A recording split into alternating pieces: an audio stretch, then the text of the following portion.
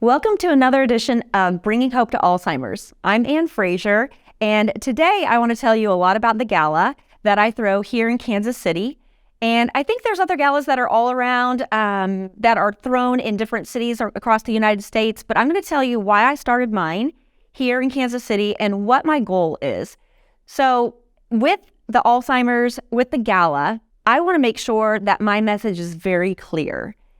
When people have Alzheimer's, there is a time long ago that you would go to the doctor and you would be diagnosed, and it was basically putting people on, this happened to my parents, I'll just speak from my own experience, Aricept and Namenda, and told to get their house in order, their financial house in order, and it was just basically going to be downhill from there. And it was very hopeless. As far as when I found out that I had MCI, mild cognitive impairment, I wanted to make sure once we were able to reverse back all of my issues that I was having back to 100% cognition, I wanted to get the word out that for me, early detection was key. Now remember, Alzheimer's and dementia typically is going to take 15 to 25 years to develop into full Alzheimer's. And other dementias are different rates, different years, how many years it takes. But there's a really, really long period of time that your brain is changing slowly over time, so slowly that it's hard to detect. And when I started noticing little things, and a lot of people ask me, what did you notice? Like, what were the things? So when I started having cognitive issues, I noticed that I was having trouble finding words. So it's not just like where you're trying to think of a word and then it comes right back to you. It was I couldn't find the word. And then my brain would start kind of racing, and I would start thinking about how to rephrase what I was saying because I couldn't find the right word. So for instance, if I was trying to say we were going to go on a trip, then I would say, well, we're going to pack up and we're going to get everything in luggage and we're going to go somewhere to the beach or whatever. And I couldn't think of travel. So I was kind of working my way around. And I started noticing that I was doing that more and more and more. I also noticed that I had times where my whole mind would go completely blank. I couldn't tell you at all. I would have to say to the person I was talking to, what was I saying again? A lot of people will say, oh, those are just kind of normal. You've just been stressed, or you've had a lot on your plate, or you work a lot, or whatever. And so I would be like, yeah, you're right. So I would kind of let it go a little bit longer. And then I would start noticing that every once in a while, I would be saying something and a word would come out of my mouth that had nothing to do with anything that I was talking about. And so a lot of mine started with speech issues. Then it became times where, I started realizing that I was having hearing trouble because I could not get involved in certain conversations, whether I couldn't follow the conversation or if it was, I just couldn't track what was happening. Part of it was hearing, but a lot of it was I just couldn't track what was happening. So these things were starting to happen more and more to the point where I felt like if I said something out loud, then it would be true. So I just didn't say anything for the longest time. And so once we did find out what was going on, and we were able to, it took a long time, and I've talked about this in some of my podcasts, and I'll revisit that as we go through our weekly podcasts. But once we were able to reverse all of my cognitive decline, and we were able to get me back to 100%, and I stayed there for a while, was when I was like, you know what? More people need to understand that there's stuff you can do to help your brain. You're not stuck with the brain that you have.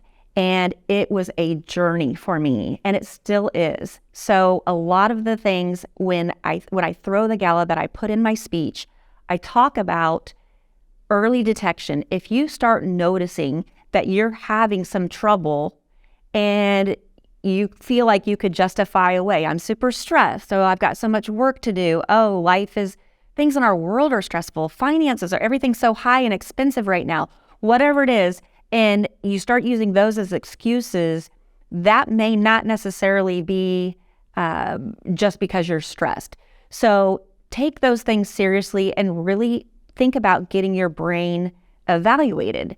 So back to what my message is early detection, brain health, and doing anything that's going to make you and your brain a healthier person. So that's socially, mentally, physically, all of the things. You want to make sure that you're taking care of yourself. And it sounds like it's really simple, but it's simple, but it's not easy. So it's restricting some of the things that I love to eat and not having those anymore. And that's been one of the hardest things for me. Is there are things that I really, really enjoy partaking in, whether it's ice cream and cake and cookies, or if it's going out for drinks with friends. So that would be sometimes 2 or 3, 4 times a week we would be able, especially being in real estate, there are activities and happy hours and classes that we go to where alcohol is served almost on a daily basis. And it's so easy to just partake in all of that. And I've really, really had to curtail all of the things that I really, really loved to partake in those situations. I've really had to curtail that because it's not good for my brain.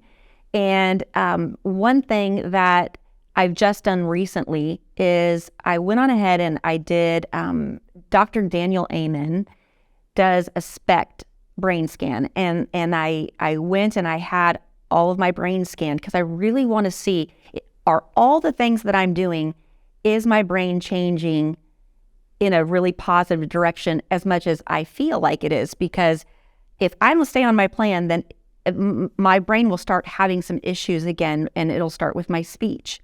But if I stay on my plan, then things are going really, really well. And I want to make sure that my brain is also healing the way that I think it is. So stay tuned on that. I'll share about that after I get my results. But the gala is important. It's important for me to get the word out that there is hope.